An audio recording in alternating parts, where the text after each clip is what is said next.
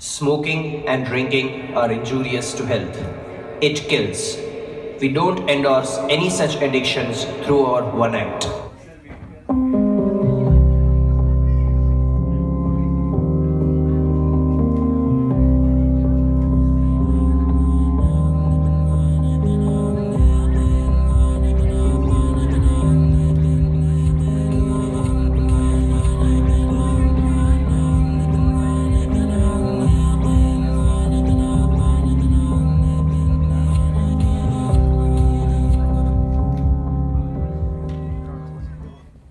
आज 16 अगस्त 2016। अगले महीने 16 सितंबर मेरा बर्थडे है। मम्मी पापा मुझसे मिलने आएंगे, पर अफसोस मैं ही अपना बर्थडे मनाने के लिए नहीं रहूंगी। जब तक उन्हें मेरा ये मेल मिलेगा तब तक मैं बहुत दूर जा चुकी होंगी, क्योंकि बस अब और नहीं। कल फिर से एक ऐसा ही दिन, सुबह रास्तों पे लोग रोबोट की तरह काम पर जा रहे होंगे और मैं भी वही क्लब्स, वही पार्टीज और वही दोस्तों के साथ अपने आसपास के और दुनिया के प्रॉब्लम्स डिस्कस करना, बॉयफ्रेंड ढूंढना, फिर प्यार, शादी, सेक्स और सेक्स के बाद वापस वही खालीपन। फिर धीरे धीरे दोनों के पास बात करने के लिए कुछ नहीं होगा। फिर प्रॉब्लम शुरू होना, कुछ ठीक ना होने पर भी खुद को और दुनिया को ये दिखाना कि एवरीथिंग इज फाइन। फिर एक दूसरे को झेलना, क्योंकि अगर छोड़ देंगे तो लोग क्या कहेंगे। फिर सब कुछ इग्नोर करके रोज अलार्म सेट करके उसी टाइम पे उठना और सब कुछ जैसे रिप्ले की तरह वापस रिपीट करना। वही ऑफिस में गॉसिप सुनना कि किसको क्या प्रॉब्लम है और किस पे क्या बीत रही है, और फिर खुद को ये तसल्ली देना कि मेरी जिंदगी इससे तो बेहतर है। फिर कुछ ही साल में बच्चे, और फिर कुछ समय के लिए जैसे सब कुछ ठीक हो गया। लेकिन नहीं, फिर तुम लोगों से कहोगे कि मेरे बच्चे ही मेरे जीने की वजह है, लेकिन सच तो ये है कि मेरी जिंदगी उनके जीने की वजह है। फिर शायद एक्स्ट्रा मैरिटल अफेयर या फिर ऑफिस का कभी ना खत्म होने वाला काम, हाँ कभी हॉलीडेज पे चले जाना और ये सोचना कि चेंज मिल गया, अब और 1-2 साल ऐसे जी लेंगे। फिर क्लब्स और एनजीओज में जाना, क्योंकि हमें पता ही नहीं कि जिंदगी के साथ हमें करना क्या है। फिर बच्चे बड़े होंगे और शायद उन्हें भी मेरी तरह सुसाइड का ख्याल आएगा, पर कर कुछ नहीं पाएंगे। और फिर अंत में मैं मान लूंगी कि यही जिंदगी है, कुछ नहीं बदलेगा, और इससे मानकर अपनी बाकी की जिंदगी ऐसे ही निकाल दूंगी। लेकिन नहीं, मैं अपनी जिंदगी के और 30 या 40 साल ऐसे नहीं बिता सकती, और इसलिए मैं जा रही हूँ, क्योंकि मुझे नहीं लगता कुछ भी बदलेगा। ये पढ़कर मुझ पे तरस खाने की बजाय अपने आप पे तरस खाना कि इस अनमोल जिंदगी के साथ क्या कर रहे हो। मुझे कायर भी कह सकते हो, पर बस अब बहुत हुआ। आप सब क्या कहते हैं ये सोचकर मैंने बहुत जी लिया। अब फर्क नहीं पड़ता, ना मुझे, ना आपको, ना किसी और को।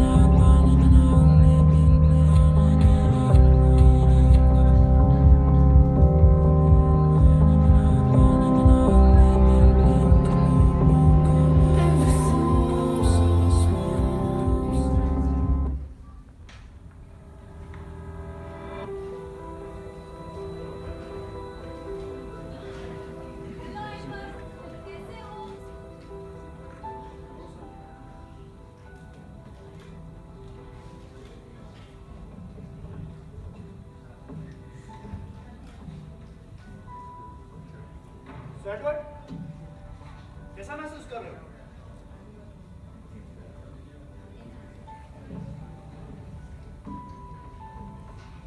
ये कौन सी जगह है? मैं यहाँ कब से हूँ? ये एक साइकेट्रिक केयर है। पिछले 2 हफ्तों से तुम आईसीयू में एडमिट हो। अपना नाम, एड्रेस, मैरिटल स्टेटस कुछ याद है? डोंट वरी, सेडेशन के लिए हमने आपको ट्रैंक्विलाइजर्स दिए हैं, तो याद करने में थोड़ी सी तकलीफ होगी। मुझे सब याद है। और कितने दिन रहना होगा यहाँ? इन्हें बता दो, वैसे भी कुछ दिनों में पता चल ही जाएगा। ये यहाँ के इंचार्ज और आपका केस पर्सनली देख रहे हैं। आपका केस पर्सनली देख रहे हैं। ये पिल्स आपने खाई थी वेरोनिका, उनकी वजह से आप कोमा में चली गई और आपका दिल कमजोर हो गया। Due to necrosis of ventricle, मेरा मतलब है कि आपके हार्ट को इरिवर्सिबल डैमेज हो चुका है और वो किसी भी वक्त बंद हो सकता है। क्या मतलब? जब आपका दिल धड़कना बंद हो जाए तो उसका एक ही मतलब होता है मिस वेरोनिका। फाइनली मैं मर जाऊंगी। I'm afraid so. वेल, अब कितना वक्त है मेरे पास? कुछ साल? 1 साल? Well, exactly कुछ कहना मुश्किल होगा। 6 महीने? 5? किसी भी वक्त, ज़्यादा से ज़्यादा कुछ हद। अभी भी और इतना इंतजार? आप लोग मुझे अभी क्यों नहीं मार देते? वैसे भी क्या फर्क पड़ता है अभी या कुछ हफ्तों में? मुझे लगता है अभी के लिए आपको आराम करना चाहिए। ये आपके लिए सबसे सही जगह है। हम आपको रेडियो शॉट्स ऑफ डोजेस देंगे जो आपके दिल को और समय तक चला रखेगा। हाँ, आपको कमजोरी या बेचैनी जैसा महसूस होगा, पर हम पूरा ख्याल रखेंगे कि आपके आखिरी दिन यहाँ आराम से बीते। डॉक्टर, लोग मरना क्यों चाहते हैं? एक मुर्दे ने क्या खूब कहा, ये लोग जो मेरी लाश पे रोते हैं, अभी उठ जाओ तो जीने नहीं देंगे।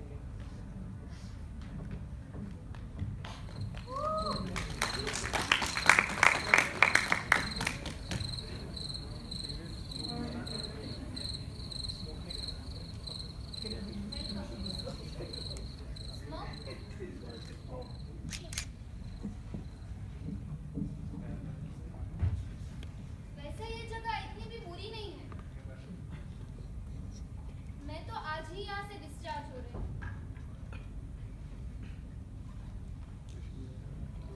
मुझे यहाँ पिल्स कहाँ से मिलेगी?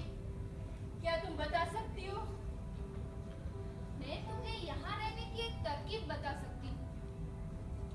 जब तुम बाहर रहती थी तब तुम वो करती थी जो सोसाइटी चाहती थी, और इसीलिए वो लोग तुम्हें पागल नहीं समझदार कहते थे। पर अब यहाँ तुम वो करना जो तुम चाहती हो, और कोई तुम्हें कुछ नहीं कहेगा। हाँ, बाहर की दुनिया के लोग तुम्हें जरूर पागल कहेंगे, पर तुम्हें क्या लगता है बाहर की दुनिया के लोग क्या हमसे कम पागल है? हाँ? मैं पागल नहीं हूँ। क्या तुम मरने वाली हो? तुम्हें किसने कहा?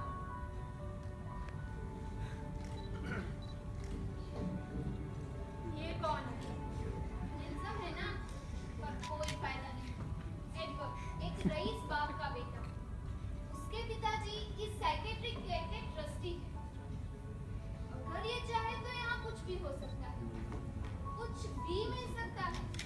मगर अफसोस, ना तो ये कुछ चाहता है, ना कहता है, और ना ही करता है। जाता है।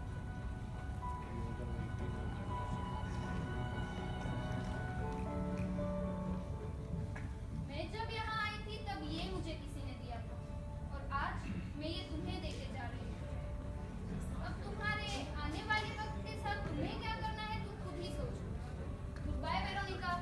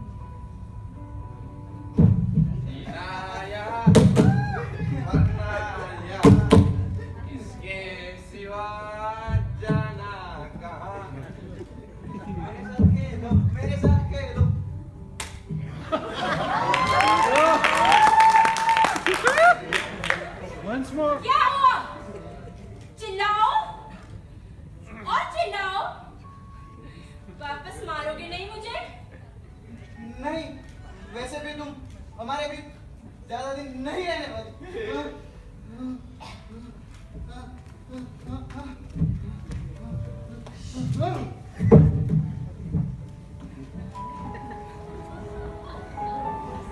मुझे pills चाहिए। क्या तुम मेरी मदद कर सकते हो? मुझे पता है तुम कर सकते हो। प्लीज। भाग जाओ यहाँ से।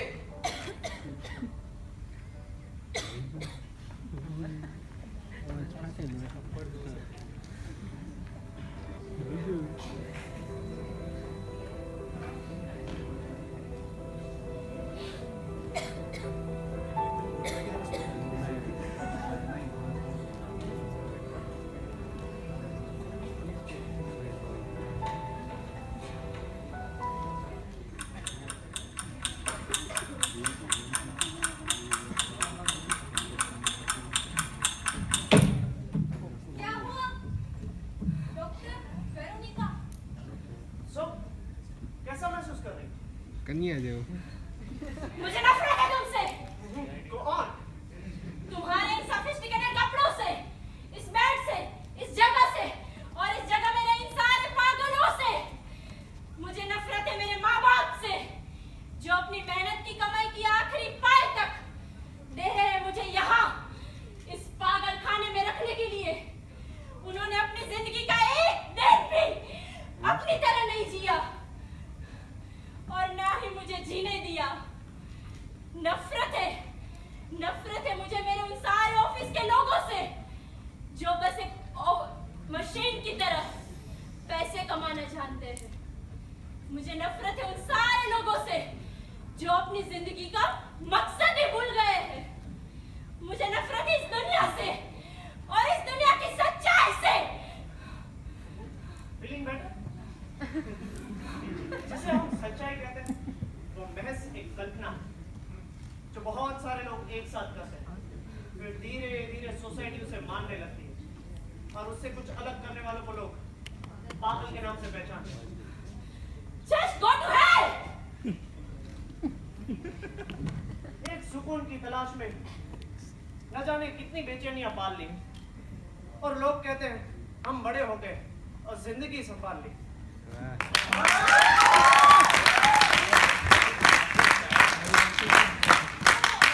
आपके बारे में पढ़ा कि पिछले महीने जो पेशेंट मर गया उसकी वजह ड्रग ओवरडोज की वजह से मर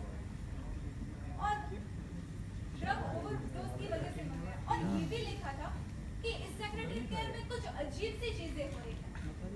मेरा मतलब है कि आपकी ट्रीटमेंट के तरीकों से मेडिकल सोसाइटी को एतराज है।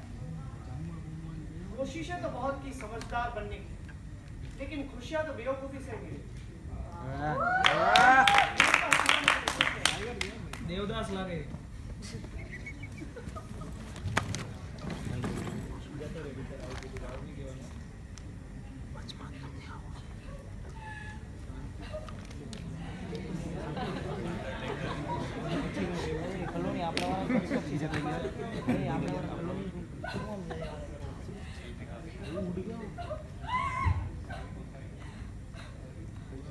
स्लो मोशन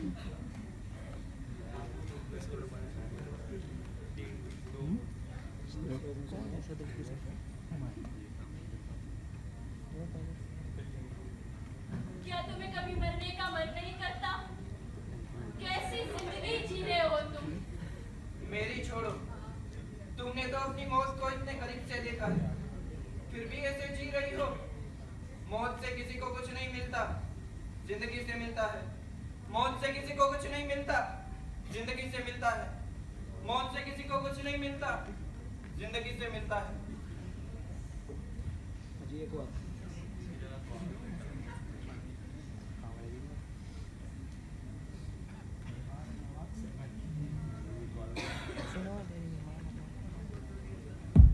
मौत से किसी को कुछ नहीं मिलता, जिंदगी से मिलता है। क्या तुम मरने वाली हो?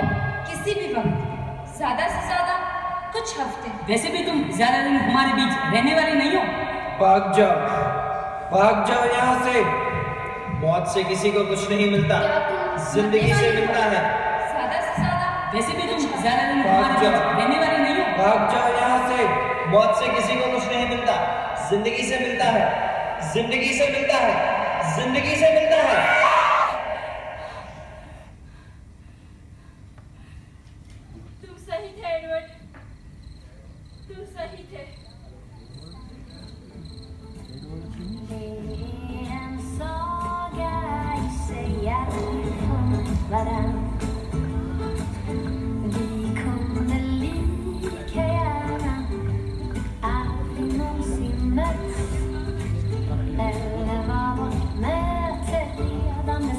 låting man blir född. Vem vet inte du, vem vet inte jag? Vi vet ingenting nu, vi vet inget idag. Vem vet inte du, vem vet inte jag? Vi vet ingenting nu, vi vet inget idag.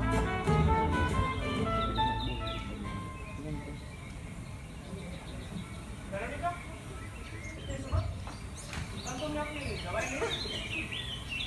Doctor, I need your help please. तुम्हें आराम करना चाहिए, जितना भी वक्त तुम्हारे पास है।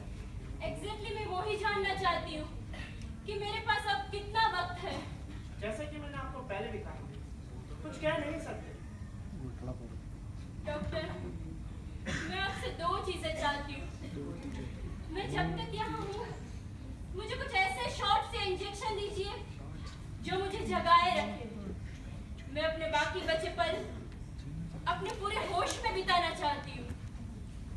और दूसरी चीज, मैं यहाँ से, इस साइकाइट्रिक केयर से जाना चाहती हूँ। नो नो नो, आप जा नहीं सकते। आप बहुत कमजोर हैं, आपको आराम करना चाहिए।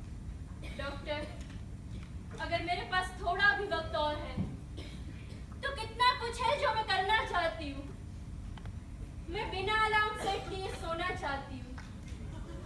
सागर की रेत पे नंगे पांव चलना चाहती हूँ।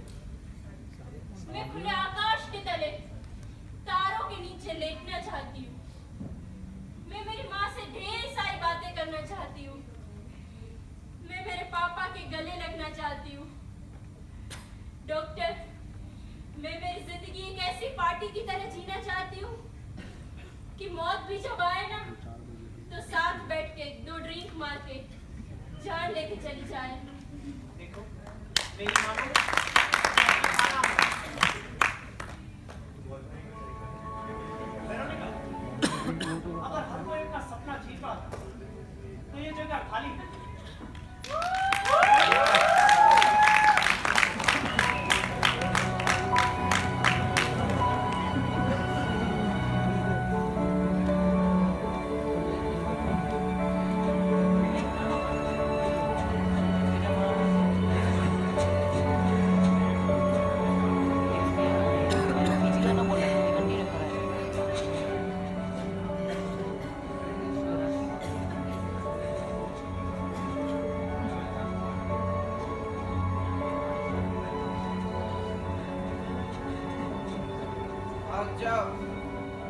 भाग जाओ यहाँ से।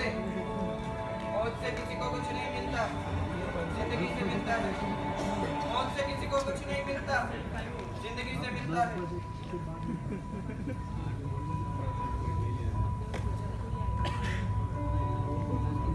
मौत से किसी को कुछ नहीं मिलता, जिंदगी से मिलता है। मौत से किसी को कुछ नहीं मिलता, जिंदगी से मिलता है।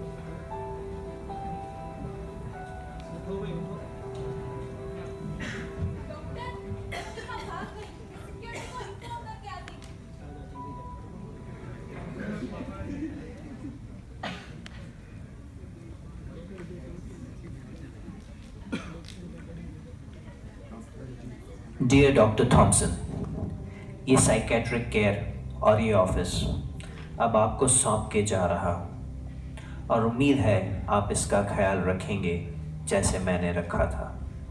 पर जाने से पहले मैं कुछ चीज़ें क्लियर करना चाहता हूँ। कुछ ही दिनों में मैं वेरोनिका को बताने वाला था कि हमारी ट्रीटमेंट से उसका दिल अब ठीक हो चुका है, पर उसके यहाँ से अचानक चले जाने की वजह से अब मुझे वो झूठ उसे नहीं बोलना पड़ेगा।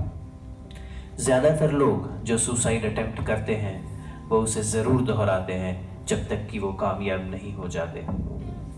मेडिकल साइंस के मुताबिक सुसाइड का कारण है विट्रियोल। वो शरीर में तब पैदा होता है जब ज़िंदगी कड़वाहट और दुखों से भर जाए। मेडिकल साइंस के पास इसका कोई इलाज नहीं है, लेकिन मेरी रिसर्च के मुताबिक इसका एक ही इलाज था, और वो था ज़िंदगी को जानना और उसकी ट्रीटमेंट मौत को जानना। The only known cure for vitriol is awareness of life, and that comes through awareness of death। और मैंने वही किया। जब वेरोनिका को यहाँ लाया गया था तो मैंने उससे झूठ कहा कि तुम मरने वाली हो। अब जब तक उसे किसी और डॉक्टर से पता नहीं चलेगा कि उसका दिल एकदम ठीक है, वो अपनी ज़िंदगी का हर एक दिन ऐसे जिएगी जैसे वो एक चमत्कार हो, जो कि मेरी नज़र में सही भी है।